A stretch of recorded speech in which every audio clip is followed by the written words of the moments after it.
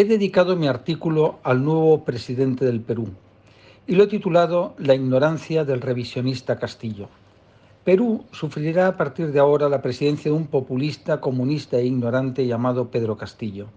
Es uno más de esos pesados revisionistas que adaptan la historia a su fanatismo e idealizan el pasado para justificar los desafueros que quieren perpetrar en el presente. El leer o escuchar sus ideas causa auténtico estupor.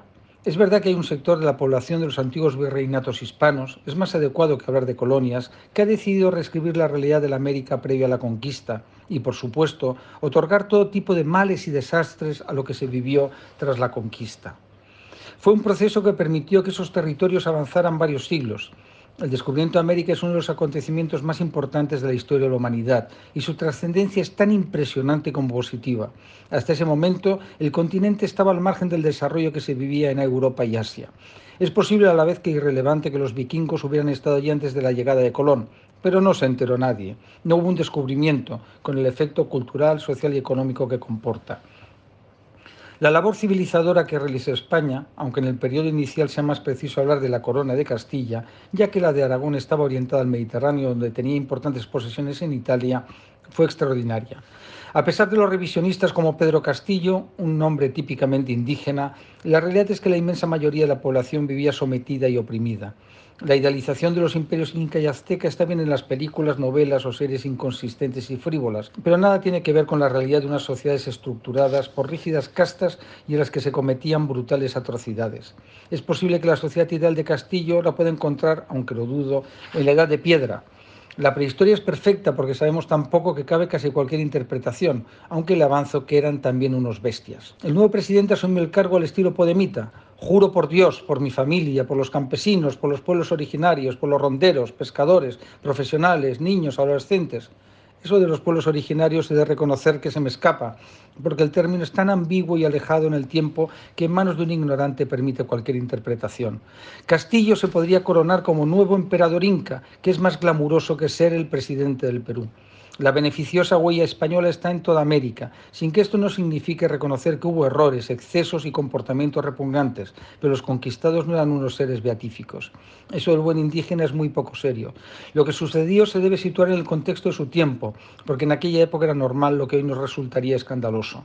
Los propios imperios o reinos prehispanos habían nacido conquistando, destruyendo y oprimiendo. El periodo virreinal fue positivo porque se extendió la cultura y la educación. Se garantizaron los derechos de la población indígena, hubo crecimiento económico y mejora de la situación en que vivían.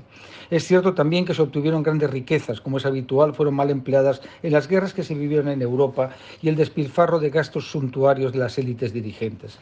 Es la otra cara de la moneda, pero a los antepasados de Castillo no les hubiera ido nada bien si hubieran seguido viviendo bajo la opresión de los incas. No conozco su árbol genealógico y a lo mejor desciende de la casta dirigente. El problema de esos países fueron los procesos de independencia, aunque sería más acertado hablar de guerras civiles, porque las élites criollas se hicieron con el poder y la corrupción sería algo habitual. La independencia no significó ningún avance positivo y desde entonces han vivido guerras, golpes de Estado, dictaduras, corrupción, vulneración de los derechos humanos, explotación por parte de países extranjeros. Ha sido un panorama desolador. Hay que aclarar que los amigos de Castillo son marxistas radicales que defienden al régimen cubano y al grupo terrorista Sendero Luminoso, un colectivo deleznable. Más allá de la demagogia comunista, el indigenismo trasnochado y los ataques a lo que denominan las élites coloniales, la realidad es que Castillo es una tragedia para Perú. Su objetivo es imponer una carta magna paritaria, plurinacional y social, como les gusta a los populistas marxistas hispanoamericanos. Es la fórmula que se emplea para limitar los derechos y libertades, imponer las nacionalizaciones, reescribir la historia, acabar con la oposición.